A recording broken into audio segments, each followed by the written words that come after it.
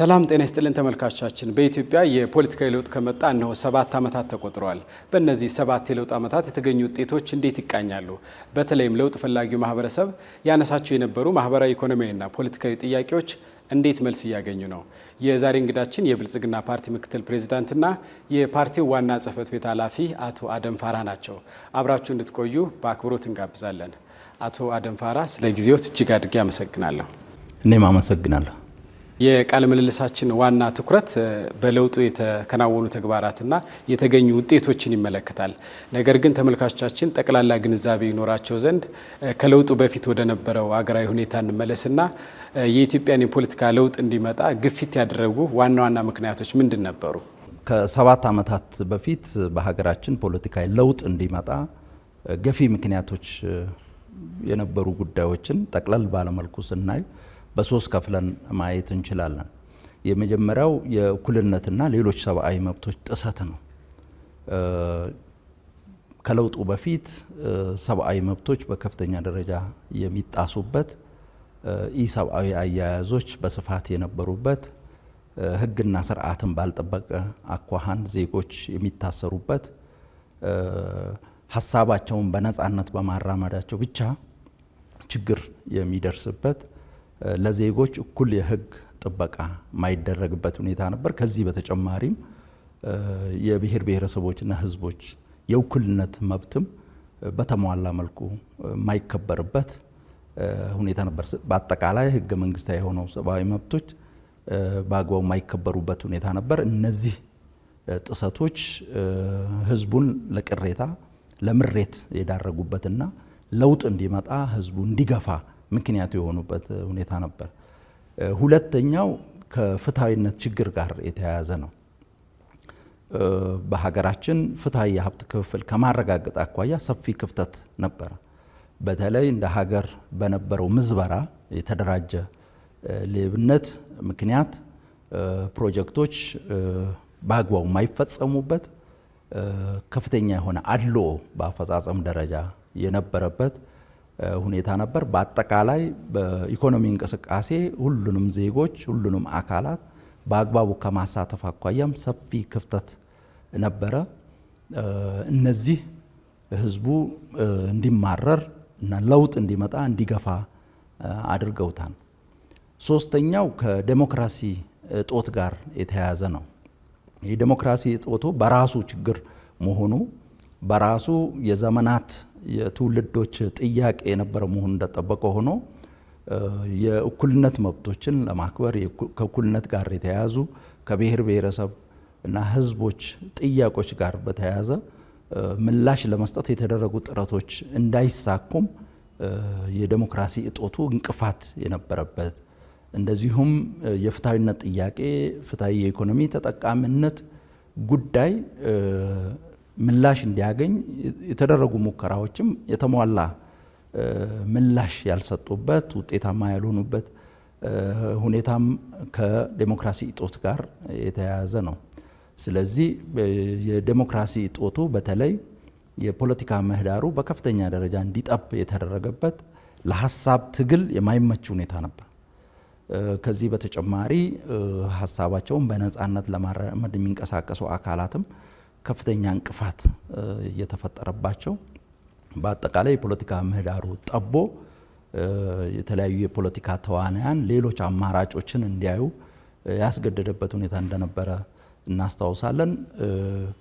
የዴሞክራሲ መብት ለማክበር የተደረጉ ጥረቶችም በአጠቃላይ በነበረው የገዢ ፓርቲው ኢህአዴግ በተለይ የዴሞክራሲያዊ ማዕከላዊነት መርህና አሰራር የዴሞክራሲ ጥያቄን ለመመለስ የተደረጉ ጥረቶች የሚፈለገው ውጤት እንዳያመጡ፣ በተለይ ክልሎች ራሳቸውን በራሳቸው በነጻነት እንዳያስተዳድሩ እንቅፋት የሆነበት ሁኔታ ስለነበረ እነዚህ ጉዳዮች ህዝቡን ስላማረሩ የፖለቲካ ለውጥ እንዲመጣ ገፍቷል።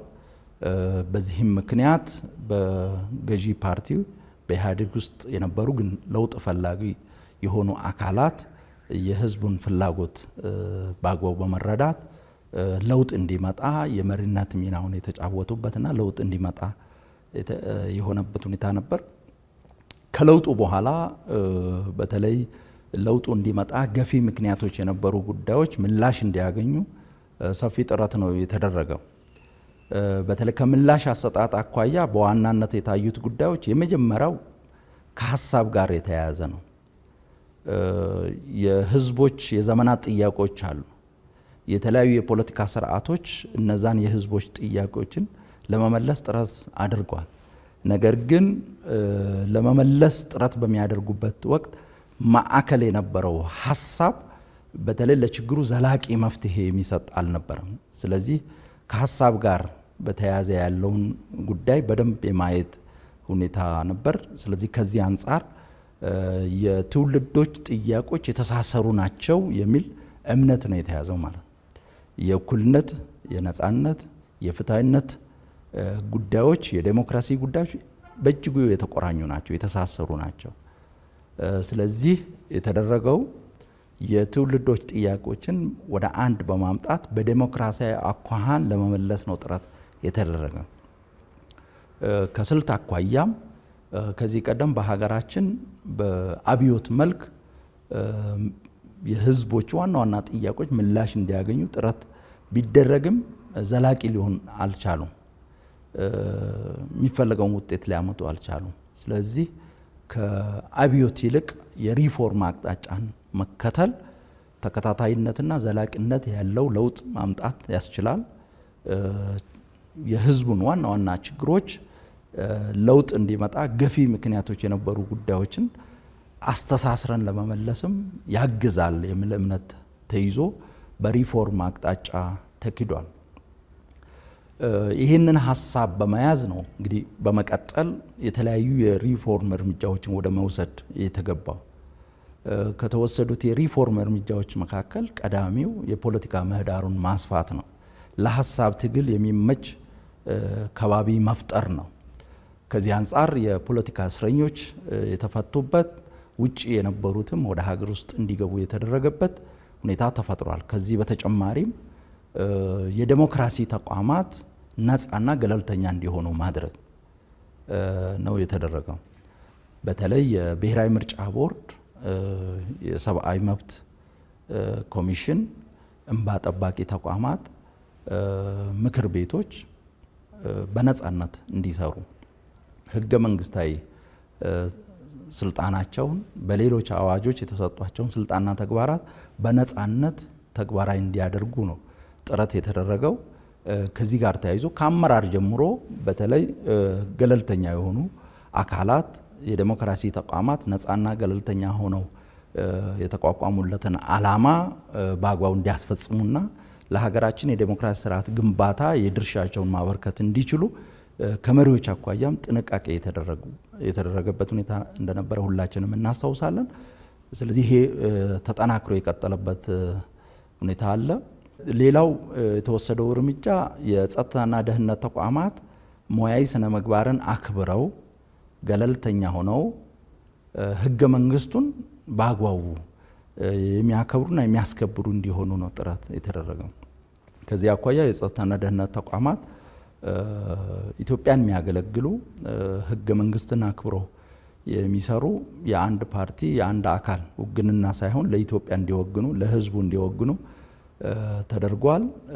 በዚህም ከጸጥታና ደህንነት ተቋማት አጠቃላይ ተቋማቱ ከሚመሩበት አስተሳሰብ እና ፖሊሲዎች፣ ስትራቴጂዎች፣ ተግባራዊ እንቅስቃሴያቸው ሙያዊ ስነ ምግባርን አክብረው በገለልተኝነት ህገ መንግስቱን እንዲያስከብሩ ምቹ ሁኔታ ለመፍጠር ሰፊ ስራ ተሰርቷል። ከዚህ በተጨማሪ እንደሚታወቀው በሀገራችን በመሰረታዊ ሀገራዊ ጉዳዮች ላይ ብሔራዊ መግባባት አልተፈጠረም። በዚህ ምክንያት የፖለቲካ ልዩነቶች የሀገር ህልውናን አደጋ ላይ የሚጥሉበት ሁኔታም አይተናል። ስለዚህ ይህንን ችግር በመሰረታዊነት ለመሻገር በተለይ እጅግ መሰረታዊ በሆኑ ጉዳዮች ላይ ሀገራዊ መግባባት ለመፍጠር አካታች ሀገራዊ ምክክር እንዲካሄድ መንግስት፣ ገዢ ፓርቲ የድርሻውን እየተወጣ ያለበት ሁኔታ ተፈጥሯል። ከዚህ በተጨማሪም ነባር በደሎችን ለማረምም የሽግግር ፍትህ ስርዓት እንዲዘረጋ መንግስት የድርሻውን እየተወጣ ይገኛል። ከዚህ በተጨማሪ የፍትሃዊነት ችግሮችን ለመፍታትም ሰፋፊ እርምጃዎች ተወስዷል።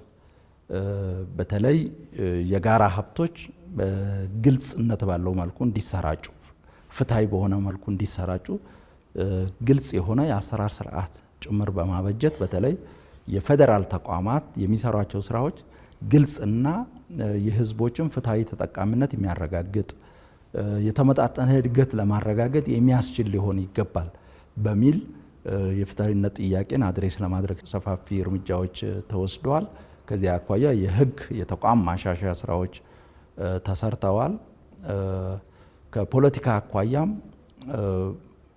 በተለይ ጠንካራና ቅቡልነት ያለው ሀገረ መንግስት ለመገንባት ሁሉንም ዜጎች ያሳተፈ እንቅስቃሴ ማድረግ ያስፈልጋል። ሀገር ለመምራት የሚያስብ አካል ሁሉንም ኢትዮጵያውያን ያለምንም ልዩነት ማቀፍ መቻል አለበት። በሀገር ግንባታ ላይ የድርሻቸውን እንዲያበረክቱ ማድረግ መቻል አለበት በሚል የብልጽግና ፓርቲ ተመስርቶ የመሪነት ኃላፊነቱን እየተወጣ ይገኛል። ስለዚህ እነዚህ እርምጃዎች ከፍተኛ ውጤት አምጥተዋል። ሌላው በተለይ የለውጡን ገፊ ምክንያቶች በአግባቡ የተሟላ ምላሽ እንዲያገኙ የሚደረገው ጥረት ዘላቂነት ሊኖረው ይገባል። ከዚህ አኳያ ዋናው ጉዳይ የባህል ለውጥ ማምጣት ነው። አዲስ አስተሳሰብ ተይዟል። መሰረት የሚጥሉ እርምጃዎች ተወስዷል። እነዚህ በጅምር እንዳይቀሩ ዘላቂነት እንዲኖራቸው በተለይ የባህል ለውጥ ማምጣት፣ የአስተሳሰብ ለውጥ የሚያመጡ ስራዎችን መስራት እጅግ በጣም ወሳኝ ነው። ይህን ማድረግ በተለይ ከለውጡ ጋር ተያይዞ የገጠሙን ፈተናዎች ለመቋቋም ለመሻገር ያግዛል። ለምሳሌ ለውጡን ከፈተኑት ጉዳዮች መካከል አንደኛው ነባሩ የፖለቲካ ባህል ነው።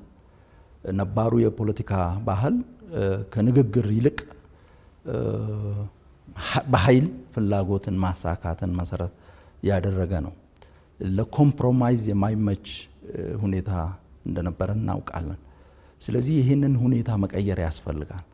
የለውጡን መንግስት ከፈተኑ ጉዳዮችም መካከል አንዱና ዋነኛው ይሄ ነው ማለት ነው። ሁሉንም ጠቅልሎ የመውሰድ በትብብር የሀገርና የሕዝብን ጥቅም ማዕከል አድርጎ ከመንቀሳቀስ አኳያ ራስን ብቻ ወይ የሆነ አካባቢ የሆነ አካልን ብቻ ማዕከል አድርጎ የመንቀሳቀስ የመጠፋፋት አቅጣጫን የመከተል ሁኔታ ነበር። ስለዚህ ይህንን መቋቋም የሚቻለው የአስተሳሰብ ለውጥ ማምጣት ሲቻል የለውጡን ዘላቂነት የሚያረጋግጥ የለውጡን ውጤቶች ቀጣይነት የሚያረጋግጥ የባህል ለውጥ የልምምድ ለውጥ ማምጣት ሲቻል ነው። ለዚህ ደግሞ የተቋም ግንባታ እጅግ በጣም ወሳኝ ነው የሚል እምነት ይዘናል። ስለዚህ ከዚህ አኳያ የባህል ለውጥ የሚያመጡ የተቋም ግንባታ ስራን የሚያጠናክሩ ስራዎች በስፋት ሲሰሩ ቆይተዋል። ሌላው ለውጡን የገጠመው ፈተና ከአዲሱ ዘመን ጋር የመጡ አዳዲስ ጉዳዮች ናቸው። በተለይ የድህረ እውነት ዘመን ላይ ነው የምንገኘው። እውነት ሀቅ በከፍተኛ ደረጃ የሚፈተንበት ዘመን ላይ ነው የምንገኘው። ስሜት ኮርኳሪ የሆኑ ጉዳዮች በስፋት የሚናፈሱበት ለዛ የሚመች አውድ የተፈጠረበት ሁኔታ ስላለ ይህንን ታሳቢ አድርጎ የለውጡን ገፊ ምክንያቶች በተሟላ መልኩ መልሶ እስካሁን የተገኙ ውጤቶችን ማስጠብቆ ለመሄድ የባህል የአስተሳሰብ ለውጥ አዲሱን ዘመን የዋጀ እንቅስቃሴ ማድረግ፣ ለዚህ ደግሞ ጠንካራ ተቋማትን መፍጠር ያስፈልጋል። እዚህም ላይ ሰፊ ስራ ሲሰራ ቆይቷል። ስለዚህ በአጠቃላይ አዲሱን እሳቤ አዲሱን ሀሳብ መሰረት ያደረገ ጅምር ውጤቶችን ቀጣይነት እንዲኖራቸው የሚያደርግ የኢትዮጵያ ሕዝብ የትውልዶች ጥያቄዎችን በተሳሰረ መልኩ በዘላቂነት ለመፍታት የሚያስችሉ የባህል ለውጥ የተቋም ግንባታ ስራዎች በስፋት ተሰርቷል። ጥሩ ውጤቶች ተገኝቷል። በቀጣይም እነዚህን አጠናክሮ መቀጠል ያስፈልጋል። እንግዲህ ሀገራዊ ለውጡን ተከትሎ በኢትዮጵያ ፖለቲካ ምህዳር ከተፈጠሩ አበይት ክስተቶች አንዱ የብልጽግና ፓርቲ መመስረት ነው። የፓርቲው መመስረት የኢትዮጵያን የፖለቲካ አየር እንዴት እየቀየረው ይገኛል? በኢትዮጵያ ፖለቲካ ምህዳር የብልጽግና መመስረት ትልቅ ጉዳይ ነው ይዞ የመጣው ትልቅ ክስተት ነው የምንለው በዋናነት ብልጽግና 3 ጉዳዮችን ይዞ ስለቀረበ ነው። የመጀመሪያው የብልጽግና ፓርቲ የኢትዮጵያ ሕዝቦችን ትስስር በሚገባ የተረዳ የኢትዮጵያ ሕዝቦች ችግሮች እጅግ የተሳሰሩ መሆናቸው በአግባቡ የተረዳ እና ለነዚህ ችግሮች ሁለንተናዊ መፍትሄ ለመስጠት የሚንቀሳቀስ ፓርቲ በመሆኑ ነው። በሀገራችን የተለያዩ አካላት የፖለቲካ እንቅስቃሴን ያደርጋሉ። አንዳንዶች የአካባቢ ጉዳይን ይዘው ይንቀሳቀሳሉ፣ አንዳንዶች ደግሞ ሀገርን ለመምራት ፍላጎት ኖራቸው ይንቀሳቀሳሉ። በእነዚህ አካላት ላይ የሚስተዋለው ትልቁ ችግር ኢትዮጵያን በአግባቡ ያለመረዳት ነው። የኢትዮጵያ ሕዝቦች ያላቸው ማህበራዊ፣ ኢኮኖሚያዊ፣ ታሪካዊ፣ ፖለቲካዊ ትስስርን በሚገባ ያለመረዳት ነው። በቁንጽል እይታ የአንድን ብሔር፣ የአንድን አካባቢ፣ አንድን ጉዳይ ብቻ ይዞ የመሄድ አዝማሚያ ነው የሚታይባቸው። በሌላ በኩል የኢትዮጵያ ሕዝቦች ችግሮችን ወይም የአንድን ማህበረሰብ ችግርን ሲተነትኑ ያ ችግር ከሌሎች ችግሮች ጋር ያለውን ትስስር የአንድ ማህበረሰብ ችግር ከሌላው ማህበረሰብ ጋር ችግር ጋር ያለውን ትስስር ቁርኝት በአግባቡ ያለማየት ሁኔታ ነው የሚታይባቸው። ከዚህ በተጨማሪ ወደ መፍትሄውም ሲሄዱ በቁንጽል እይታ ቁንጽል መፍትሄ ለመስጠት ነው ጥረት የሚያደርጉት። የብልጽግና ፓርቲ ይህንን ችግር የተሻገረ ፓርቲ ነው። የብልጽግና ፓርቲ የኢትዮጵያ ሕዝቦች እጅግ በጣም የተሳሰሩ ከሚለያዩቸው ጉዳዮች ይልቅ አንድ የሚያደርጓቸው ጉዳዮች የሚበዙበት የአንዱን ችግር ለመፍታት ጥረት ስናደርግ የሌላውንም ከግምት ውስጥ ማስገባት የሚጠይቅ ካልሆነ የአንድን ማህበረሰብ የአንድን አካባቢ ችግር ለመፍታት ምን ወስደው የመፍትሄ እርምጃ ዘላቂ መፍትሄ የማይሰጥበት ሁኔታ እንዳለ በትክክል ያምናል። ስለዚህ የህዝቦች ትስስርን የችግሮች ትስስርን ከግምት ውስጥ በማስገባት ወደ መፍትሄው ሲመጣም ሁለንተናዊ መፍትሄ ዘላቂ መፍትሄ ሊሰጥ የሚችል አቅጣጫ መከተል አለብኝ ብሎ ነው የሚያምነው። ስለዚህ አንዱ መሰረታዊ ይዞ የመጣው ጉዳይ ይሄ ነው ማለት ነው። ስለዚህ የኢትዮጵያን ሁኔታ በትክክል ለመረዳት ጥረት አድርጓል። የኢትዮጵያ ህዝቦች ትስስርን በሚገባ ለመረዳት ጥረት አድርጓል። በችግር ትንተናው ችግሮቹ የተሳሰሩ መሆናቸውን በደንብ ከግምት ውስጥ አስገብቷል።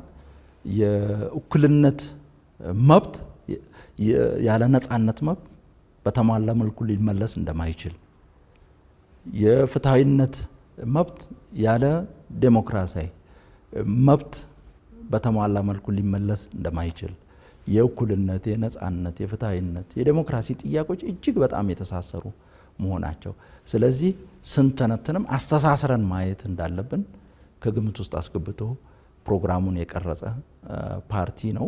ወደ መፍትሄውም ሲመጣ ሁሉንም ከግምት ውስጥ ያስገባ አንዱን ለመፍታት ጥረት ስናደርግ ከሌላው ጋር ያለውን ትስስር በሌላው ላይ የሚፈጥረውን ተጽዕኖ በደንብ ከግምት ውስጥ ባስገባ መልኩ የሚንቀሳቀስ የአንድን ብሔር፣ የአንድን አካባቢ፣ የአንድን ማህበረሰብ ችግር ለመፍታት ሳይሆን የሁሉንም ማህበረሰብ አጠቃላይ የሁሉንም ኢትዮጵያውያን የኢትዮጵያን ችግሮች በተሟላ መልኩ ለመፍታት ጥረት የሚያደርግ ነው። ስለዚህ ከሌሎቹ ይሄ ለየት የሚያደርገው ነው። በኢትዮጵያ ፖለቲካ ምህዳርም አዲስ ይዞ የመጣው ጉዳይ መሰረታዊ ጉዳይ ይሄ ነው። በሀገራችን የተለያዩ አካላት የፖለቲካ ትግል በሚያደርጉበት ወቅት ያው አንዳንዶች በጥቅሉ ኢትዮጵያን ይላሉ፣ ግን በችግር ትንተናቸውም በመንስኤ ትንተናቸውም እንደ መፍትሄ ይዘው የቀረቡት ግን በአጠቃላይ በተሟላ አኳን በሙሉ እይታ ኢትዮጵያን ታሳቢ ያደረገ ማይሆንበት በዚህ ምክንያት ሁሉንም ኢትዮጵያውያን በአግባቡ አቅፎ ከመሄድ አኳያ ውስንነት የሚታይበት ሁኔታ አለ። አንዳንዶች የግል ጥቅማቸውን ለማካበት ለማግኘት ሲሉ የአንድን አካባቢ የአንድን ብሔር መብትና ጥቅም ፍላጎት ለማሟላት የሚንቀሳቀሱ አድርገው ራሳቸውን የሚያቀርቡበት ሁኔታ ቢኖርም በተግባር ለውጥ ማያመጡት እና ለማህበረሰቡ ጠብ የሚል ነገር ማያደርጉት ትክክለኛ ከውዝ ይዘው ስላልተንቀሳቀሱ ነው። እንታገልለታለን የሚለውን ማህበረሰብ ከሌላው ማህበረሰብ ጋር ያለውን ቁርኝት በአግባቡ ባለማየት ስለሚንቀሳቀሱ ማዕከላቸውም የግል ጥቅማቸው ዘረፋ ስለሆነ በዚህ ምክንያት ለውጥ ማያመጡበት ሁኔታ አለ። ለውጥ አመጣለሁ የሚለው ማዕከል ደግሞ በሙሉ እይታ ነገሮችን ባለማየት የሚፈልገውን ለውጥ ማያመጣበት ሁኔታ አለ። ብልጽግና ይህንን በአግባቡ የተሻገረ ፓርቲ ነው። ሁለተኛው ብልጽግና አካታችነትና አቃፍነትን ያረጋገጠ ፓርቲ ነው። ብልጽግና አካታችነትና አቃፍነትን ያረጋገጠ ፓርቲ ነው። ኢትዮጵያ ህብረ ብሔራዊት ሀገር ናት። በኢትዮጵያ ጠንካራና ቅቡልነት ያለው ሀገረ መንግስት ለመግባት ሁሉንም ኢትዮጵያውያን አቅፎ መሄድ ያስፈልጋል። ኢትዮጵያ ለሁሉም ኢትዮጵያውያን የምትመች የእኩልነትና የፍትሃዊነት መብታቸውን በአግባቡ የምታስከብር እንድትሆን ሁሉንም አቅፎ መንቀሳቀስ ይጠይቃል። ስለዚህ ከዚህ አኳያ ብልጽግና ፓርቲ ሁሉን አካታች ሁሉን አቃፊ ሆኖ የተመሰረተበት የተለያዩ ክልከላዎችን ያስቀረበት ከዚህ ቀደም የነበረውን የዋናና አጋር የመሀልና ዳር ክፍፍል አርሶ አደር አርብቶ አደር በተለይ ከማህበራዊ መሰረት አኳያ አንዱ ማህበራዊ መሰረት ሊሆን ይችላል፣ ሌላው ሊሆን አይችልም የሚለውን ያስቀረ ጠላት ወዳጅ የሚለውን ዳይኮቶሚ ክፍፍል ያስቀረ ፓርቲ ነው። ስለዚህ ሁሉንም ኢትዮጵያውያን ያቀፈ ለሁሉም ኢትዮጵያውያን መብትና ጥቅም የሚታገል በሂደቱም ሁሉንም ኢትዮጵያውያን ለማሳተፍ የሚንቀሳቀስ ፓርቲ በመሆኑ ነው። በብልጽግና ፓርቲ ውስጥ በሀገራችን በፌዴሬሽን ምክር ቤት እውቅና የተሰጣቸው 76ቱም ብሔር ብሔረሰቦችና ህዝቦችን በአባልነት ያቀፈ ነው። በአባልነት ብቻ ሳይሆን በአመራርነት ጭምር ያቀፈ ፓርቲ ነው። በብልጽግና ፓርቲ ውስጥ በሁሉም የሀገራችን አካባቢዎች ያሉ ህብረተሰብ ክፍሎች ተወክሏል። ሁሉም የሀገራችን ብሔር ብሔረሰቦችና ህዝቦች ተወክሏል። ሁሉም የህብረተሰብ ክፍል ተወክሏል። ስለዚህ ይሄ አዲስ ብልጽግና ይዞ የቀረበው ጉዳይ ነው እና ኢትዮጵያን መምራት የሚፈልግ በኢትዮጵያ ውስጥ የህዝቦች ጥያቄን በተሟላ መልኩ መመለስ የሚፈልግ አካል ኢትዮጵያን ብልጽግና ማረጋገጥ የሚፈልግ አካል ኢትዮጵያን የመምራት መሻት ያለው አካል ሁሉንም ኢትዮጵያውያን ካላቀፈ በስተቀር ጠንካራና ቅቡልነት ያለው ሀገረ መንግስት መገንባት አይችልም። ዘላቂ ሰላም ሊያረጋግጥ አይችልም። የዲሞክራሲ መብቶችን በተሟላ መልኩ ሊያስከብር አይችልም። ስለዚህ ብልጽግና ከዚህ ቀደም በዚህ ደረጃ የሚታይ ፓርቲ በፍጹም አልነበረም። ኢህአዴግም በውስን አካባቢዎች ነበር። በአሁኑ ወቅት በሀገራችን የሚንቀሳቀሱ ፖለቲካ ፓርቲዎችም በአንዳንድ አካባቢዎች ላይ ብቻ የሚያተኩር እንቅስቃሴ የሚያደርጉ አካላት ናቸው እና ይሄ እንደ ብልጽግና ፓርቲ ትልቅ ታሪካዊ ጉዳይ ነው። ለኢትዮጵያ ፖለቲካ ታሪክ አዲስ ነገር ይዞ የቀረበበት ሁኔታ እንዳለ ማየት የሚቻልበት ነው። ሶስተኛው ብልጽግና ይዞ የቀረበው የሚዛናዊነት ትርክት ነው። የብልጽግና ፓርቲ ነገሮችን በሚዛን ማየት ይጠይቃል ብሎ ያምናል። በሀገራችን በፍጹም ልዩነት ላይ ያተኮሩ ትርክቶች፣ የፖለቲካ አካሄዶች ነበሩ። በሀገራችን በፍጹም አንድነት ላይ ያተኮሩ የፖለቲካ እንቅስቃሴዎች፣ ትርክቶች ነበሩ። ብልጽግና ፓርቲ እነዚህን ወደ መሀል ለማምጣት ሶስተኛውን አማራጭ የአማካይ መንገዱን አሰባሳቢ የሆነውን ትርክት ነው ይዞ የቀረበው። ስለዚህ በጽንፍ የያዙ የፖለቲካ አቋሞችን ወደ መሃል ማምጣትና ሚዛናቸውን ጠብቀው እንዲሄዱ ሁሉንም ኢትዮጵያውያን ሁሉንም አካባቢዎች አቅፎ ለመሄድ በሚያስችል መልኩ በኢትዮጵያ ዘላቂ ሰላም ለማረጋገጥ በሚያስችል መልኩ የፖለቲካ መረጋጋት ለመፍጠር በሚያስችል መልኩ ጠንካራ የሆነ የዲሞክራሲ ስርዓት ለመገንባት በሚያስችል መልኩ የኢኮኖሚ ብልጽግናን የማህበራዊ ብልጽግናን ለማረጋገጥ በሚያስችል መልኩ ወደ መሃል ይዞ ለመሄድ ነው ጥረት ያደረገው። በዚህ ምክንያት ብዙ ፈተናዎች ገጥመውታል። በተለይ ጽንፍ ከያዙ አካላት ከፍተኛ ፈተና ነው የገጠመው። ሚዛናዊ አካሄድን የሚከተል በመሆኑ በአንዳንድ እንቅስቃሴዎቹ ወደ አንድነት ያደላ ነው የማለት በአንዳንድ እንቅስቃሴዎቹ ወደ ልዩነት ያደላ ነው የማለት አዝማሚያዎችም ይታያሉ። ይሄ የመሃል መንገድ ባህሪ ነው። ጽንፍ የያዙ ጉዳዮችን ወደ መሃል አምጥቶ ሁሉንም ይዞ አቅፎ ለመሄድ በሚያደርገው ጥረት ይሄ ችግር እንደሚገጥመው እሙን ነው። ለዚህም ዝግጁ ሆኖ ትግል እያደረገ ይገኛል። በሌላ በኩል ብልጽግና ፓርቲ በብሔር ማንነትና በሀገራዊ ማንነት መካከል ሚዛን ጠብቆ ነው ለመሄድ ጥረት የሚያደርገው። ይሄ ሌላው የሚዛናዊነት ትርክቱ መገለጫ ነው። ይሄ ማለት ኢትዮጵያ ህብረ ብሔራዊት ሀገር ናት። የተለያዩ ብሔር ብሔረሰቦች፣ ህዝቦች፣ የተለያዩ ሃይማኖት የሚከተሉ ዜጎች፣ የተለያየ አስተሳሰብ ያላቸው አካላት አሉ። በሌላ በኩል ደግሞ የጋራ ሀገር አለች። ቅድም እንዳነሳሁት ህዝቦች በከፍተኛ ደረጃ የተሳሰሩ ናቸው፣ የተቆራኙ ናቸው፣ ተጋብተው ተዋልደው የሚኖሩ ናቸው። ለመለያየት የሚያስቸግር ሁኔታ ነው ያለው። ስለዚህ የብሔሮች ብሔረሰቦችና ህዝቦች ባህል፣ ቋንቋ የማክበር መብታቸውን የማክበር ጉዳይ፣ ራስን በራስ የማስተዳደር መብታቸውን የማረጋገጥ ጉዳይ እንደጠበቀ ሆኖ በሚያስተሳስሩን ጉዳዮች ላይ በማተኮር የጋራ ነገ ለመፍጠር ለሁላችንም የምትመች ኢትዮጵያን ለመፍጠር ደግሞ መስራት መቻል አለብን። ስለዚህ በሚያስተሳስሩን ጉዳዮች ላይ ትኩረት ማድረግ መቻል አለብን በሚለው በሁለቱ መካከል በብሔር ማንነትና በሀገራዊ ማንነት መካከል ሚዛን ጠብቀን መሄድ አለብን ብሎ ስለሚያምን ነው። በሌላ በኩል በግለሰብ መብትና በቡድን መብት መካከል እንደዚሁ ሚዛን መጠበቅ መቻል አለብን። የእያንዳንዱ ኢትዮጵያዊ የግል መብት መከበር መቻል አለበት። ህገ መንግስታዊ የሆነው ሰብአዊና ዴሞክራሲያዊ መብቱ መከበር መቻል አለበት። እንደ ዜጋ በሁሉም የሀገራችን አካባቢዎች በነጻነት የመንቀሳቀስ ከሌሎች ጋር እኩል መብት እንዲኖረው ማድረግ ያስፈልጋል። በሌላ በኩል ደግሞ የቡድን መብት ጥያቄዎችም ያሉበት ሀገር ነው። ግለሰቦች በተናጥል ማያሳኳቸውን ጤናማ ጥያቄዎች፣ ጤናማ ፍላጎቶች በጋራ ሆነው ለማሳካት የተለያየ እንቅስቃሴ የሚያደርጉበት ሀገር ነው።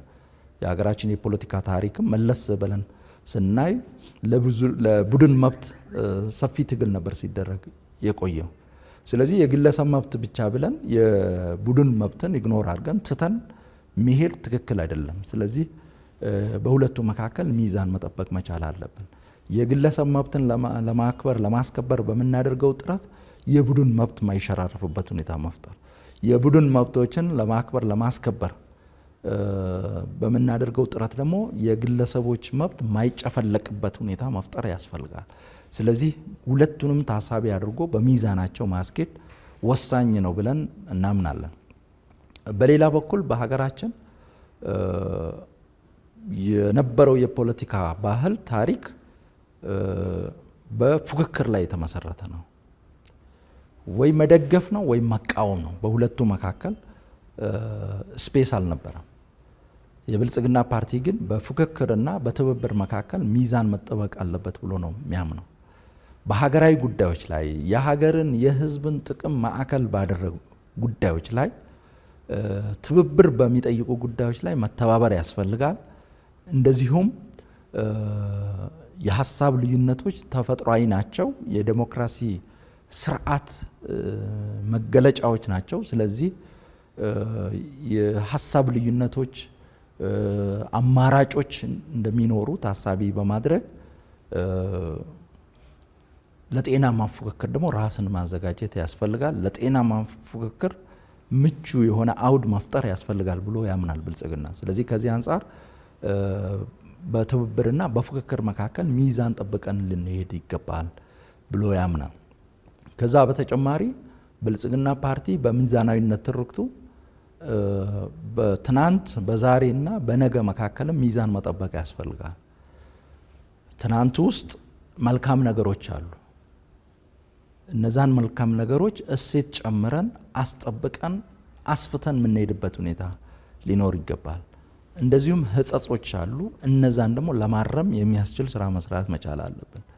ስለዚህ ትናንትን ብሩህ እንደነበረ ብቻ መውሰድ ወይም ችግር ብቻ እንደነበረ መውሰድ ትክክል አይደለም። በሚዛኑ ማየት ይጠይቃል። ስለዚህ ከትናንት ተገቢውን ትምህርት ለመውሰድ ማስቀጠል ያለብንን እሴት ጨምረን ጠብቀን አስፍተን መሄድ የሚገባንንና ማረም የሚገባንን በአግባቡ ለመለየት የሚያስችል ግምገማ ማድረግ ያስፈልጋል። ዛሬም ላይ ሁሉም ነገር እንከን የለሽ ፍጹም እንደሆኑ አድርጎ መውሰድ አያስፈልግም። ጥንካሬዎች እንዳሉ ሁሉ ድክመቶች ይኖራሉ። ስለዚህ እነዚህን በልካቸው መገምገም ያስፈልጋል። ከትላንት መልካሙን ነገር ለማስቀጠል ችግር የነበረበት ህጸጽ የነበረበትን ለማረም እንደምናደርገው ሁሉ ዛሬም ላይ እኛ ስልጣን ላይ አለን በሚል እኛ የምንሰራው ስራ ሁሉ ፍጹም ነው እንከን የለሽ ነው ብለን መውሰድ ሳይሆን በአግባቡ ገምግመን በልኩ ገምግመን ጥንካሬዎችን የሚያስቀጥል ክፍተቶችን፣ ድክመቶችን የሚያርም ስራ መስራት መቻል አለብን። እንደዚሁም ነገ ላይ እንደዚሁ ስጋቶች ይኖራሉ፣ ተስፋዎች ደግሞ ይኖራሉ። ስለዚህ ተስፋውን የሚያለመልም ስጋቱን ደግሞ የሚቀንስ ስራ መስራት መቻል አለብን። የሶስቱን ደግሞ ቅብብሎሽ በሚዛናቸው ማየት ያስፈልጋል። ስለዚህ ትላንት ላይ መቸከል አያስፈልግም። ሁሉንም ነገር ጨለማ አድርጎ መውሰድ ወይም ሁሉም ነገር እንከን የለሽ እንደነበር አድርጎ መውሰድ አያስፈልግም። ዛሬም ላይ ሁሉም ነገር መልካም እንደሆነ ወይም ሁሉም ነገር ጨለማ እንደሆነ መውሰድ አያስፈልግም። ነገን ደግሞ ተስፋም እንዳለ ስጋትም እንዳለ ግን በጥረታችን ስጋቱን ምንቀንስበት ተስፋውን ምናለመልምበት ሁኔታ እንደሚኖር ማየት ያስፈልጋል። በእነዚህ ጉዳዮች ላይ ሚዛን መጠበቅ ወሳኝ ነው ብሎ ያምናል ብልጽግና። ስለዚህ ሶስተኛው ይዞ የቀረበው ነገሮችን በሚዛን ማየት የሚዛናዊነት ትርክትን ነው ማለት። ስለዚህ እነዚህን መነሻ በማድረግ ነው ትግል እያደረገ ያለው። ውጤትም ተገኝቷል። ያንን በቀጣይ አጠናክሮ መቀጠል ያስፈልጋል። በስድስተኛው ሀገራዊ ምርጫ የብልጽግና ፓርቲ በአብላጫ ድምፅ እንዳሸነፈ ይታወሳል። ነገር ግን በመንግስት ምስረታ ወቅት ሌሎች ተፎካካሪ ፖለቲካ ፓርቲ አባላትንም እንዳሳተፈ ይታወሳል። ይህ ለኢትዮጵያ ምን ጥቅም አስገኝቷል? በስድስተኛው ሀገራዊ ምርጫ በፌደራልም ሆነ በክልሎች ብልጽግና በአብላጫ ድምፅ አሸንፎ መንግስት የመመስረት ህገ መንግስታዊ መብት ቢያገኝም በመንግስት መስረታው ላይ የተፎካካሪ ፖለቲካ ፓርቲዎች አመራሮችን በተለያዩ የአመራር ደረጃዎች ላይ ማሳተፉ ከፍተኛ የሆነ ሀገራዊ ጥቅም አስገኝቷል። የተፎካካሪ ፖለቲካ ፓርቲ አመራሮችን በተለያየ ኃላፊነት ደረጃ ላይ ማሳተፍ ያስገኟቸውን ጥቅሞች በሶስት ጠቅልለን ማየት እንችላለን። የመጀመሪያው የተፎካካሪ ፖለቲካ ፓርቲዎችን በመንግስት ምስረታ ሂደት ላይ ማሳተፍ፣ በተለያዩ መንግስታዊ ኃላፊነቶች ላይ ማሳተፍ በሀገራችን የትብብር ባህል እንዲዳብር ትልቅ አስተዋጽኦ አበርክቷል። ብልጽግና ፓርቲ ለኢትዮጵያ ብቸኛ ወኪል፣ ብቸኛ አማራጭ አድርጎ ራሱን አይመለከትም። የኢትዮጵያን ሁኔታ ለመረዳት የኢትዮጵያን ሕዝቦች ችግሮች አስተሳስሮ ለመረዳት ሁለንተናዊ መፍትሄ ለመስጠት የሚያስችል አቅጣጫን በመከተል ፕሮግራሙን ቀርጿል።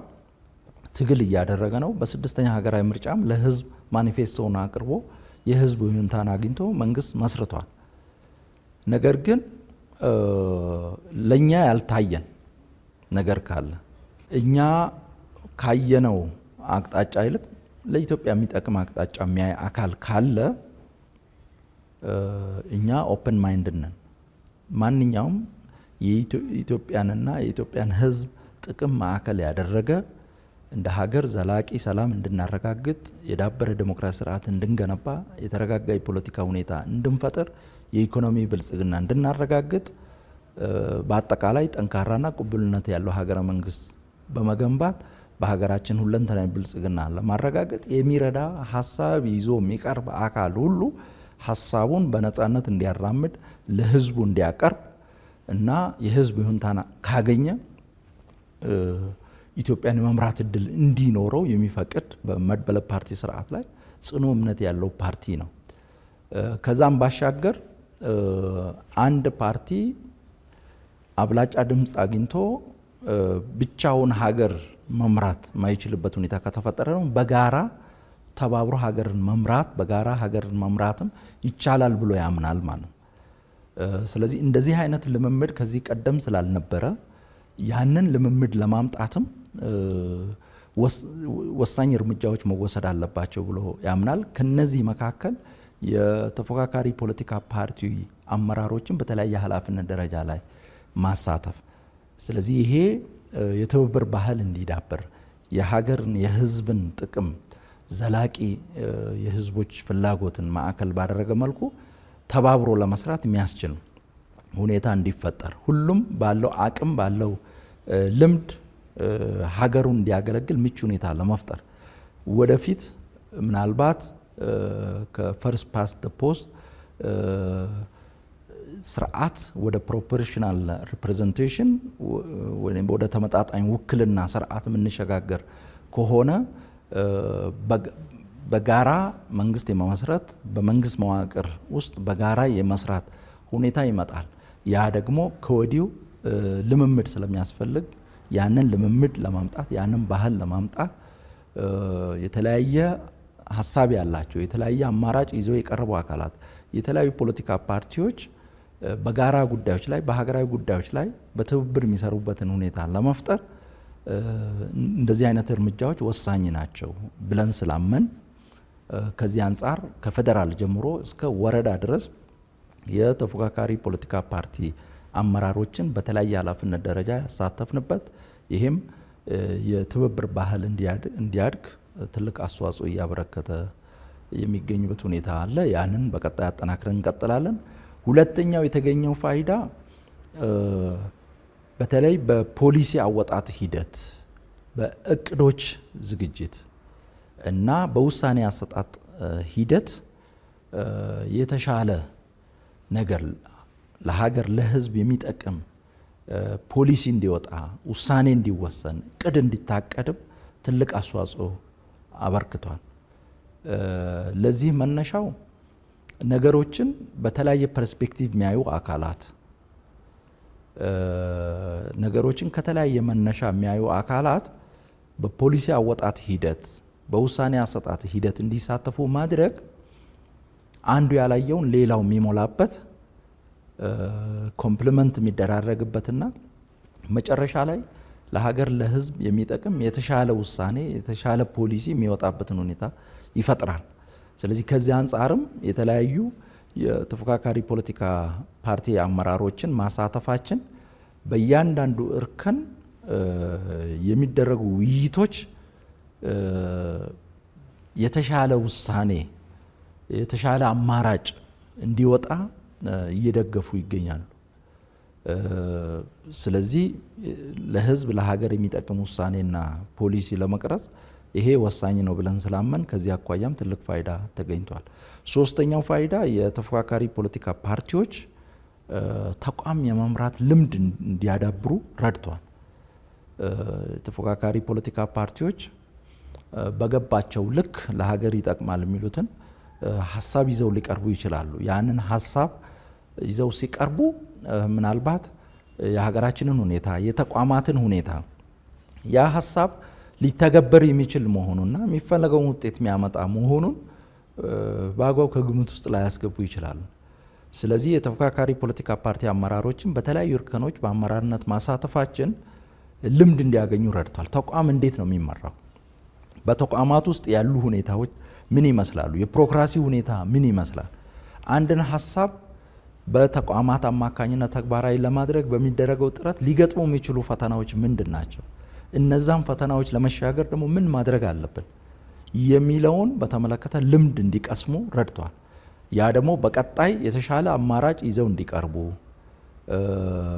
ራሳቸውን ሀገርን ለመምራት ተቋማትን ለመምራት እንዲያዘጋጁ እና ይሄም የመድበለ ፓርቲ ስርዓቱን የሚያጠናክርበት ጤናማ የሆኑ የፖለቲካ ፓርቲዎች እንዲበራከቱ ምቹ ሁኔታ የሚፈጥርበት ሁኔታ አለ።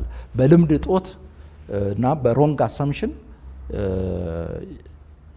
አማራጮችን ይዘው የሚሄዱበት ሁኔታ ካለ ያው ህዝቡም መራጩም አካል ያ ሀሳብ ምን ያህል ፊዚብል ነው፣ ምን ያህል ሊተገበር ይችላል፣ ምን ያህል የኛን ችግር ሊፈታ ይችላል፣ ምን ያህል የኛን ኑሮ ሊያሻሽል ይችላል፣ ምን ያህል ለተቋም ለስርዓት ግንባታ አስተዋጽኦ ሊያበረክት ይችላል የሚለውም በአግባቡ ስለሚመዝን የመንግስት ሰራተኛውም ሲመርጥ ያንን ጭምር ከግምት ስለሚያስገባ ሌላውም በዛ ልክ የሚረዳውም ያንን ከግምት ውስጥ ስለሚያስገባ ብዙ ጊዜ ፊዚብል ያልሆኑ ተግባራዊ ሊሆኑ የማይችሉ አካላት ያለውን ተግባራዊ እውነታ ያለውን ነባራዊና ህሊናዊ ሁኔታ ከግምት ውስጥ ያላስገቡ አማራጮች በኢትዮጵያ ህዝብ ዘንድ ተቀባይነት ማያገኙበት አንዱ ምክንያት እሱ ስለሆነ ያንንም ችግር በሚቀርፍ መልኩ ልምድ እንዲያገኙ እድል በሚሰጥ መልኩ ሁኔታዎች ስለተመቻቹ ለነሱም ትልቅ ፋይዳ አስገኝቷል ብለን እናምናለን።